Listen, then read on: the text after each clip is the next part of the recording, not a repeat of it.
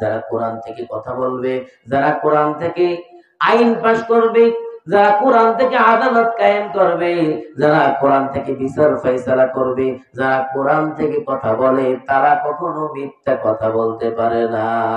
কথা বলেন ঠিক কিনা? তাহলে নামাজের কথা কোথায় বলছে? কোরআনের মধ্যে আছে না নাই?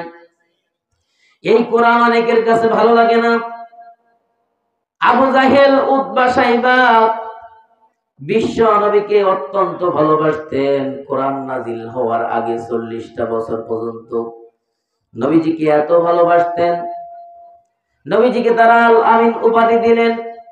আল আমিন অত বিশ্বাসী, নবীজি হচ্ছে আল আমিন, আব্দুল্লাহর বেটা মুহাম্মদ এই মক্কা নগরীর মধ্যে সবচাইতে সত্যবাদী এবং ভালো ছেলে।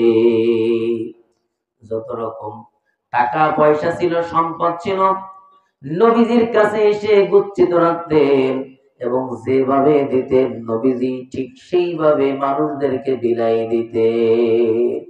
নবীজি হলেন আমানতদারির ক্ষেত্রে 1 নম্বর দৃষ্টান্ত। বলেন সুবহানাল্লাহ।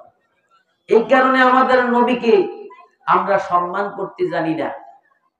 মুসলমান হয়ে মুসলমানের নবীকে সম্মান করতে জানে না, অথচ মাইকেল এইসহার্ট 100 জন বিজ্ঞানী মনীষীর নাম লিখেছে।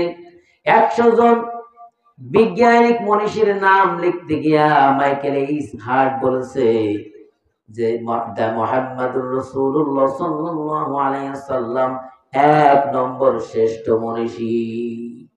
সুবহানাল্লাহ বলতে পারেন না? ইংল্যান্ডের এক জাদুঘরের সামনে, সেইখানে ইহুদি খ্রিস্টানরা মুহাম্মদ সাল্লাল্লাহু আলাইহি ওয়াসাল্লামকে 1 নম্বর বলতে গিয়ে বলতেছেন, is a father, is a leader, is a lawgiver, is a teacher, is a reformer of the society. Muhammad is the superman of the world. Subhanallah wa bihamdihi. আল্লাহর নবীকে তারা 1 নম্বর বলেছে, যে বিশ্ব নবী হচ্ছে ফাদারের দিক দিয়ে 1 নম্বর বাবা, বাবার দিক দিয়ে কয় নম্বর? 1 নম্বর। নানার দিক দিয়ে 1 নম্বর নানা, টিচারের দিক দিয়ে is a lawgiver, is a teacher, টিচারের দিক দিয়ে 1 নম্বর শিক্ষক, বিজ্ঞানিকের দিক দিয়ে 1 নম্বর বিজ্ঞানী। এই কারণে আমরা সম্মান না দিতে পারলেও এই কোরআন যার উপরে নাজিল হয়েছে সেই আল আমিনকে এখনো বিশ্ব যারা কোরআনকে ভালোবাসতে চায় না, ইংল্যান্ডের মানুষেরা বিশ্ব নবীকে সম্মান করছে। সুবহানাল্লাহ। We don't have a central leadership. বিশ্ব নবী হচ্ছেন গোটা পৃথিবীর মধ্যে 1 নম্বর লিডার। সেই লিডার বলতেছে তোমরা নামাজ কায়েম করো। কি বলো? কার কথা বলছে? নামাজের কথা বলছে।